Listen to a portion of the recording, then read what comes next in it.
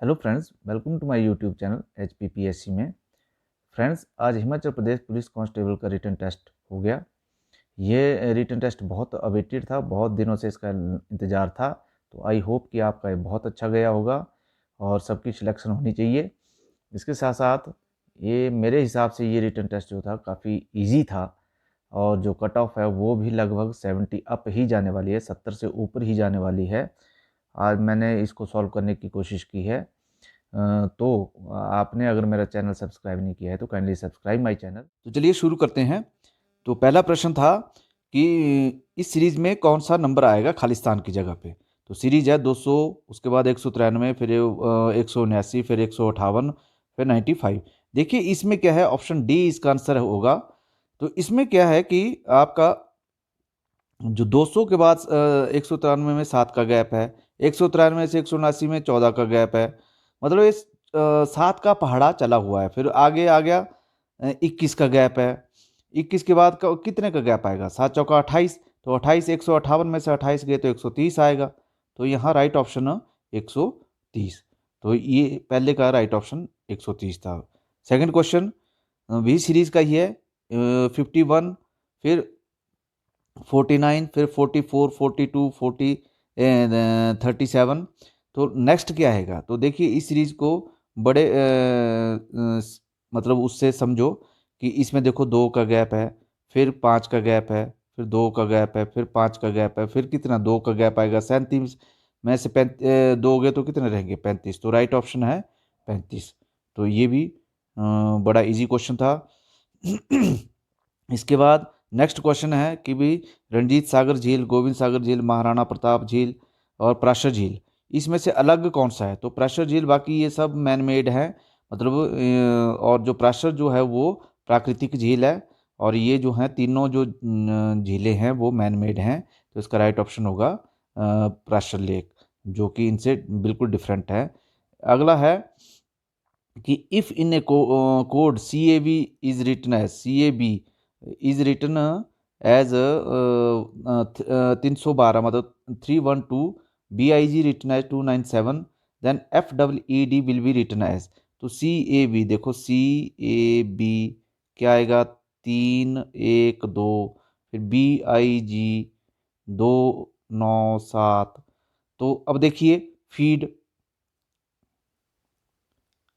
FEED, तो यहाँ देखिए C3A1, मतलब इनके अपने अपने नंबर हैं। देखो A का 1 नंबर है, B का 2 नंबर है, 3 का C का 3 नंबर है। तो F कितने पे आएगा, ABCDEF। F जो आएगा 6 नंबर पे आएगा, और E कितना आएगा 5 पे, फिर E 5 पे, D कितने पे है 4 पे। तो आंसर क्या आएगा 6554। तो इसका राइट आंसर है A। इसके बाद next question, if dog is called cat, dog को कैट कहा जाता है। Cat is called lion, lion is called ox, ox is called cock, cock is called elephant, elephant is called donkey. Then farmer plough with which animals, मतलब dog को जो farmer है वो अपना खेत किस एनिमल के साथ जोतेगा। तो देखिए ऑक्स से जोता जाता है। तो ऑक्स क्या कहा गया है यहाँ, ऑक्स कहा गया है आपका कॉक। तो इसका right answer will be D, cock. इसके बाद नेक्स्ट क्वेश्चन है यदि कुत्ते को, ये तो हो गया। इसके बाद राम श्याम से ऊंचा है। राम क्या है, श्याम से ऊंचा है, राजन जितना नहीं है। मतलब राम जो है, जो श्याम है, राम उससे ऊंचा है, राजन जितना नहीं। तो इसका मतलब राजन सबसे ऊंचा हुआ। राजन ये हो गया, राम ये हो गया, श्याम ये हो गया। और जो आगे है सोहन, जो श्याम से छोटा है। तो छोटा कौन हुआ, इसका नेचुरली है सोहन होगा, श्याम से छोटा सोहन है। तो राइट ऑप्शन इज डी। इसके बाद नेक्स्ट क्वेश्चन है किसी निश्चित बिंदु से श्यामलाल पश्चिम में 8 किलोमीटर चला। मतलब ये यहाँ से, ये क्वेश्चन इस तरह से होगा, पूर्व पश्चिम उत्तर दक्षिण। तो इधर से ये 8 किलोमीटर आया, फिर ये 8 किलोमीटर गया उत्तर दक्षिण की तरफ को, फिर 8 किलोमीटर गया पूर्व पश्चिम की ओर 8 किलोमीटर। तो इनमें से ये मुझे लग रहा है कि कोई भी ऑप्शन नहीं है। तो इसका राइट ऑप्शन इज डी। इसके बाद कि क्या है, A means plus, B means minus, C means divide और डी मीन्स गुणा। मतलब ए का मतलब प्लस है, बी का मतलब माइनस है, सी का मतलब भाग है और डी का मतलब गुणा है। तो देखिए अब क्या होगा कि 16 फिर प्लस ए है 4, फिर बी क्या है -3, सी क्या है भाग 4 और डी क्या है गुणा 2।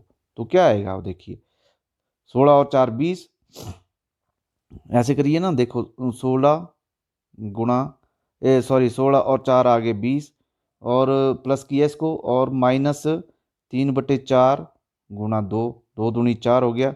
तो 20 -3/2, तो ये आएगा 20 दूना 40, 40 में से 3 गए 37, 37/2 मतलब 18.5, मतलब 18.5। तो राइट आंसर इज 18.5।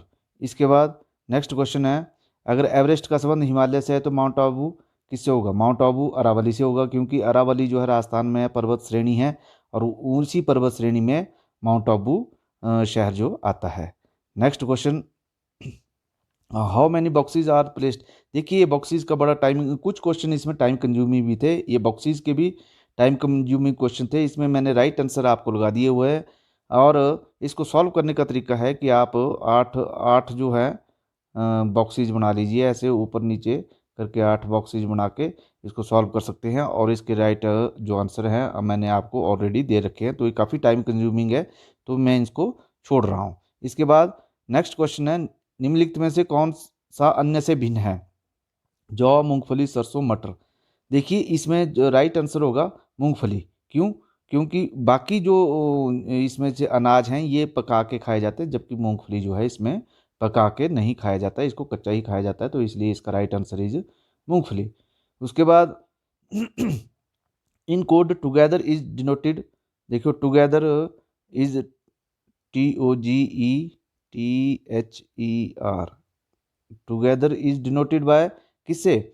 टी का बन गया आर, क्यू का बन गया फिर क्या है ओ का बन गया क्यू, जी का बन गया ई, उसके बाद ई का बन गया जी, टी का बन गया फिर आर है, एच का बन गया together is denote, R is T, H is J और ई इज, ई क्या है यहाँ पहले भी था ई, जी है। टुगेदर इज, देन फ्रेंड क्या होगा फिर? FRIEND। अब देखिए RST एक एक छोड़ के है, तो डी के बाद क्या आता है? EF, तो यहाँ आएगा F। तो अगर आप देखा जाए ज़्यादा सॉल्व करने के बजाय इसमें लास्ट में किसी भी ऑप्शन में F नहीं है, F किस ऑप्शन में है? इस ऑप्शन में है। तो इसका राइट आंसर भी यही ऑप्शन होगा। तो ये बड़ा इजी क्वेश्चन था, तो यहाँ से आप इसको सॉल्व कर सकते थे।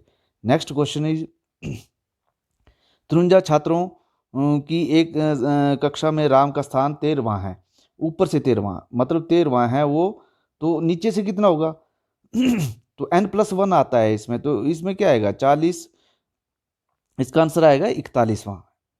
तो इसका आंसर कितना होगा? 41वां। अगर नहीं भी आए तो आप इसको गिन लो, नीचे से गिनिए आप 13 पे रुक जाइए आके, तो आपको पता लग जाएगा इसका आंसर 41वां होगा। नेक्स्ट है, फरवरी 1 2009 को रविवार था, तो मार्च 1 2011 को सप्ताह का कौन सा दिन होगा? तो इसका राइट ऑप्शन इज ये वैसे क्वेश्चन जो है हिमाचल के किसी भी सिलेबस में नहीं आजकल है कैलेंडर का क्वेश्चन, मगर इसका राइट आंसर इज मंगलवार। नेक्स्ट क्वेश्चन इज, फिर इंग्लिश के चल पड़े। I am going out tonight Lakshmi said, तो क्या है इसका बनेगा? Lakshmi said that active as passive as that sorry वो है ये पंक्चुएशंस हैं ये डायरेक्ट इनडायरेक्ट। तो Lakshmi said that she was going out that night, क्योंकि यहाँ से इसको पहचान सकते हैं आप क्या? I am out tonight, tonight का जो डायरेक्ट इनडायरेक्ट में है वो दैट नाइट बनता है। तो यहाँ से दैट नाइट वाले ऑप्शन में 1 2 है, बाकी इसका वो सेंस भी देखी जाती है इंग्लिश में क्या सेंस बन रही है। The king order that they should celebrate their victory, तो king said we should celebrate our victory. इसकी जो डायरेक्ट इनडायरेक्ट, ये जो आंसर है वो इनडायरेक्ट है, सॉरी आंसर डायरेक्ट है, और जो क्वेश्चन पूछा गया वो इनडायरेक्ट लैंग्वेज में पूछा गया, तो इनडायरेक्ट का डायरेक्ट बनाना था इसमें। इसके बाद is happening to somebody else, everything is funny as long as it is happening to, तो मतलब इसमें ही आपने गलती ढूंढनी थी, तो इसका टू की जगह टू आना था इसमें, तो इसका राइट ऑप्शन इज क्या होगा, डी। इसके साथ everyone likes her since she always remain in high spirit, high spirit का जो है एक शब्द बनता है चीयरफुल, मतलब बड़ी डिलाइट मूड में रहते हैं, तो इसलिए एवरीबॉडी उसको हर व्यक्ति जो है उसको पसंद करता था। तो इन हाई स्पिरिट का सिंगल वर्ड जो होगा, ईडियम होगा, वो चीयरफुल होगा। He was a king who ruled his subject with A high hand, high hand का मतलब होता है एरोगेंस, एरोगेंस मतलब ऑप्रेसिवली, इसका जो ईडियम आएगा। उसके बाद है choose the option having similar meaning to capital word, pious, pious का मतलब होता है रिलीजियस, तो इसका ऑप्शन ए आएगा। और रेप्लिनिश का मतलब होता है रिस्टोर, रिस्टोर, यहाँ कंफ्यूजन है, कई जगह रिचार्ज भी लिखा गया है, बट जो ये होता है रेप्लिनिश का मतलब रीफिल, रीफिल या दोबारा से, तो रिस्टोर इसका राइट आंसर होगा। इसके साथ साथ जो नेक्स्ट है an hater of knowledge and learning, तो ये फिलोलॉजिस्ट, ये नहीं सॉरी, इसका राइट आंसर होगा मीजोगाइनिस्ट, इसका क्या होगा, मीजोगाइनिस्ट इसका। आगे है choose the correct option filling up the blanks in dash to picking up milk from the grocery store we also need, because वहाँ होगा ब्रेड, ये कट गया है पेपर, जिसने भी मुझे सेंड किया पेपर, थोड़ा सा ये फोटो लेने में गलती हुई है। Because of my cousin hate at all of it in past week, तो इन एडिशन आएगा इसमें, मतलब साथ साथ, in addition to picking up milk, milk के साथ साथ जो हमें ब्रेड भी लेने पड़ेंगे। नेक्स्ट था कि select option which best express the sentence in active voice and passive voice, active passive का क्वेश्चन था। Somebody told me that there had been an explosion in the mall, मतलब मॉल में धमाका हुआ, तो समबॉडी, तो I was told about the explosion in the mall, ये right option होना था इसका। इसके बाद choose the correct option for the sentence improvement if any, मतलब इसमें कोई भी इम्प्रूवमेंट के लिए सेंटेंस इसमें चूज करना था। He has fallen out with the girl he wanted to marry, he has fallen out with the girl, fallen out की जगह ना fallen in love with the girls, तो ये इसका राइट ऑप्शन था। इसके साथ साथ ये क्वेश्चन, जैसे हरासमेंट की जो स्पेलिंग थी वो HARASSMENT होता है। उसके बाद जो कॉन्सेंसनस की स्पेलिंग थी वो ये थी CONESENSUS। उसके बाद ये क्वेश्चन मैट्रिक की किताब में से आया होता है, HCF of AB equal to 15, then A cross B, दोनों संख्याओं का गुणनफल 1800 है, तो एलसीएम क्या होगा, तो इसमें सीधा सीधा आपने करना था, 1800 को डिवाइड करना था 15 से, क्योंकि जो HCF गुणा एलसीएम होता है वो बराबर है दो संख्याओं के गुणनफल के बराबर होता है, तो गुणनफल आपका सीधा था, तो आपका HCF भी दिया था, तो एलसीएम निकालना था, तो इसको निकालो आप, 1800 के डिवाइडेड 1500 करो, सॉरी 15 करो, तो 120 आएगा इसका आंसर, तो ये राइट ऑप्शन 120 था। 75% ऑफ 2 इज इक्वल टू, तो 75/100 गुणा 2 करें आप, तो इसमें भी 1.5 आएगा इसका आंसर, तो ये भी सही क्वेश्चन था, इजी क्वेश्चन था। इसके बाद 2 सही 1/2 किलोमीटर पर आवर की गति से स्कूल जाता है, कोई विद्यार्थी है जो 2.5 किलोमीटर प्रति घंटे की स्पीड से स्कूल जाता है तो 6 मिनट देरी पहुंचता है, और 3 किलोमीटर की गति से जाता है तो 10 मिनट जल्दी पहुंच जाता है, तो उसकी दूरी कितनी होगी, तो स्कूल की दूरी 4 किलोमीटर आएगी, ये दूरी वाला फार्मूला इसमें लगेगा। ये क्वेश्चन काफ़ी टाइम कंज्यूमिंग था, तो इसमें का आंसर जो है 37 आएगा। इसके बाद अगर एक गोलाकार वृत्त बगीचे का क्षेत्रफल 15,400 मीटर स्क्वायर है, तो परिमाप कितना होगा, मतलब इसकी परिधि कितनी होगी, तो इसका सिंपल था कि πr स्क्वायर इक्वल टू 15,400 करना आपने। तो आर स्क्वायर कितना होगा 15,400 गुणा 7/22, सॉरी 7/22, तो 22×7 = 154 होता है, 4 जीरो लगी 4900 आ जाना। तो आर इक्वल टू 70 आ जाएगा। तो उसके बाद 2πr का फार्मूला लगाओ रिद्धि के लिए, तो 2 × 22/7 × 70 करके तो इसका जो राइट आंसर था वो 440 आपको सीधा सीधा आ जाएगा।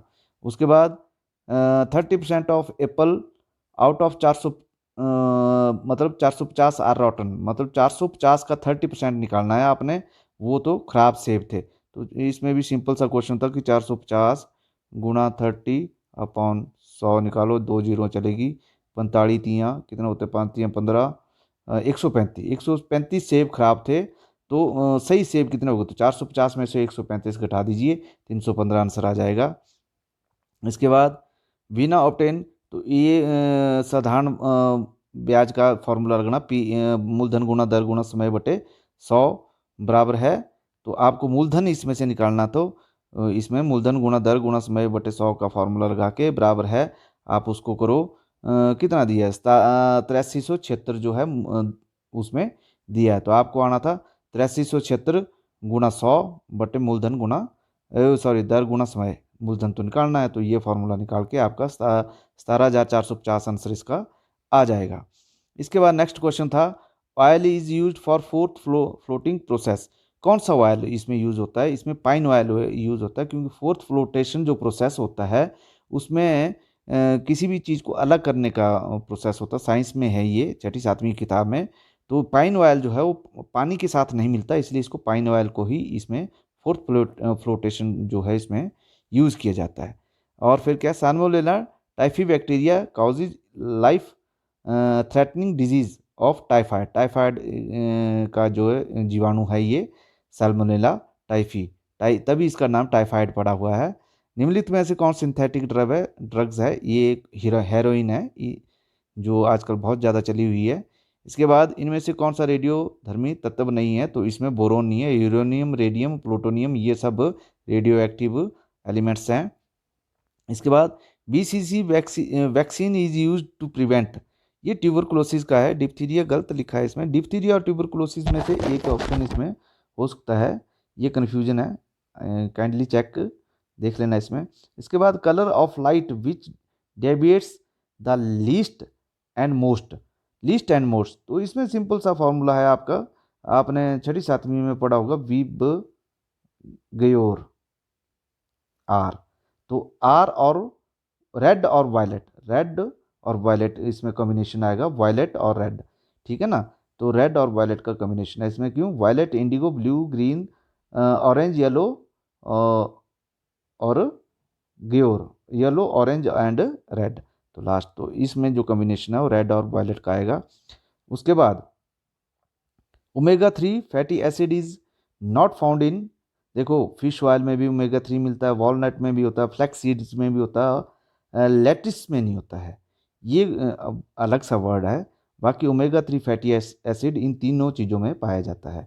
इसके अलग बाद जो नेक्स्ट क्वेश्चन है वो है मृग तृष्णा, इसमें से किस सिद्धांत पे संबंधित है, तो ये डिस्पर्सन नहीं रिफ्लेक्शन होगा यहाँ पे, सॉरी यहाँ गलत निशान लग गया है, ये यहाँ पे ये होगा रिफ्लेक्शन। आपने देखा होगा गर्मियों में जो है रोड जो है ऐसा दिखता है कि पानी जैसा चमक रहा होता है, तो वहाँ पे ये इसमें रिफ्लेक्शन आएगा। What is the name of highest mountain in India, तो ये कंचनजंगा ऑप्शन इसमें राइट आंसर। इसके बाद state animal of Himachal Pradesh is him तेंदुआ, और D option is right option. इसके बाद हिमाचल प्रदेश की सबसे बड़ी प्राकृतिक झील, ऑप्शन ए रेणुका झील इज ए राइट आंसर। इसके बाद शिमला को ब्रिटिश की ग्रीष्म राजधानी किस वर्ष घोषित किया गया था, तो 1864, option B is right answer. इसके बाद जलियांवाला बाग मैस्केयर जो है घटना कब हुई थी, तो ये बैसाखी वाले दिन हुई थी, इसका राइट ऑप्शन बी। इसके बाद किस आंदोलन को अगस्त आंदोलन की क्रांति दी है, भारत छोड़ो आंदोलन को, तो इसका राइट ऑप्शन डी। इसके बाद असहयोग आंदोलन को कब किस वर्ष जो है निलंबित कर दिया गया, तो इसका right option 1922, right option A. यहाँ इसमें जो है टिक नहीं लगाया है, तो मैं लगा देता हूँ। मैंने कोशिश की थी, फिर भी कोई कुछ छूट गया है तो काइंडली देख लें। पीर पंजाल पर्वत श्रृंखला हिमाचल प्रदेश के किस पड़ोसी राज्य में स्थित है? तो ये J&K में है। और थोड़ा सा इसमें चंबा का एरिया भी कवर होता है। इसके साथ साथ नेक्स्ट क्वेश्चन है, लारजी विद्युत परियोजना नदी डैश नदी पर बनाई गई? तो पार्वती यानी कुल्लू में पार्वती नदी पे बनाई गई है। पहाड़ों की वाराणसी अथवा छोटी काशी में कौन सा सांस्कृतिक उत्सव मनाया जाता है? लेटेस्ट ये महाशिवरात्रि अभी भी लेटेस्ट हुआ मंडी में। इसके बाद जो नेक्स्ट क्वेश्चन है, as seen in the recent in news e Daakhil portal, मतलब ई दाखिल जो है, आप अपनी शिकायत इस पोर्टल पे कर सकते हैं। तो ये कंज्यूमर कंप्लेंट्स जो होती हैं वो आप ई दाखिल पोर्टल पे कर सकते हैं। तो इसका राइट ऑप्शन बी ई होगा। इसके साथ साथ जो नेक्स्ट क्वेश्चन है, राज्यसभा के सदस्य प्रत्येक 2 वर्ष की अवधि के उपरांत डैश अंश के मुताबिक सेवानिवृत्त हो जाते हैं? तो इसका राइट ऑप्शन 1/3, मतलब 1/3 जो है हर 2 वर्ष बाद जो है इसमें रिटायर खुद ही हो जाते हैं राज्यसभा के सदस्य जो हैं। मैंने ये टिक ऑलरेडी एक PDF बनाई है, अपने अलग अलग चैनल जैसे टेलीग्राम चैनल है उस पर भी डाले हैं और व्हाट्सएप चैनल में भी डाले हुए हैं। तो इसलिए टिक ऑलरेडी लगा दिए थे। इसे बाद में आपको वीडियो के थ्रू मैं समझा भी रहा हूँ। निम्नलिखित में से भारत के कौन से राज्य में कोयला सबसे अधिक भंडार है? तो ये राइट ऑप्शन बी होगा, झारखंड। अच्छा, नेक्स्ट क्वेश्चन, डैश प्रकार की मिट्टी भारत की अधिकतर नदी घाटी यूं व तटीय मैदानों में पाई जाती है? तो ये जलोढ़ मिट्टी।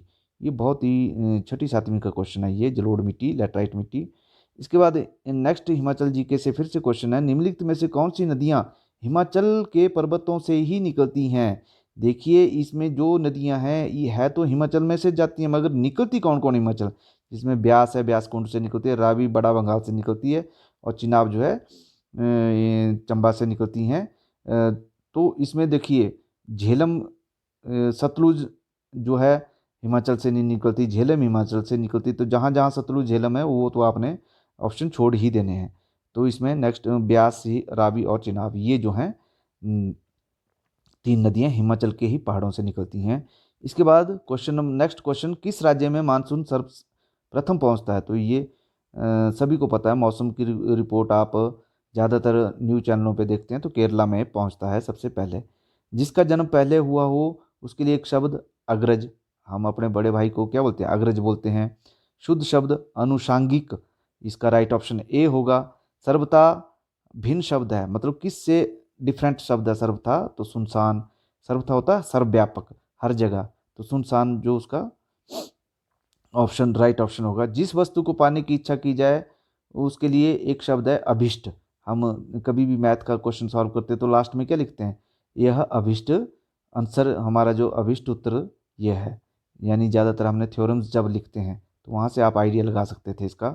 निम्नलिखित में से कौन सा शब्द बिजली का पर्यायवाची नहीं है? तो बिजली के पर्यायवाची चपला भी है, चंचला भी है, तड़ित भी है। तो इसका बिजली का जो पर्यायवाची है वो ज्योत्सना नहीं है। तो राइट ऑप्शन डी। निम्नलिखित में से स्त्रीलिंग है? तो इसका माली, खत्री, चौधरी, ये सब पुरुष है। तो धनवती जो है इसका स्त्रीलिंग है इसमें, इस ऑप्शन में। तो राइट ऑप्शन डी। उत्थान का विपरीतार्थक शब्द पतन। तो राइट ऑप्शन ए ठीक है। वह का बहुवचन क्या है? वह का। तो इसका बहुवचन वे होगा। शुद्ध शब्द है तो कंठ और कंठ, ये जो लिखा जाता है ये इस तरह से लिखा जाता है, पर ज़्यादातर कई बार हिंदी में ये ऐसे भी लिखा जाता है। पर इसका जो राइट ऑप्शन है वो बी होगा, कंठ। ण लगता है बीच में। तो यहाँ मैंने पहले कंठ लिख दिया था, इसके लिए सॉरी। तो नेक्स्ट है, व्याख्या की संधि क्या होगी? वी जमा आख्या। तो राइट ऑप्शन डी ई सही है इसका। अवकाश का विलोम अनावकाश, क्योंकि बाकी इसके जो समानार्थक ही शब्द हैं। इसके साथ साथ इनमें से कौन सा शब्द संज्ञा है? तो प्रथम संख्यावाचक है ये। शुद्ध संधि का चयन करें तो परीक्षक, परि जमा अक्षक। निम्न में से भाववाचक संज्ञा कौन सी है? तो मिठास, मिठाई का मिठास बनता है।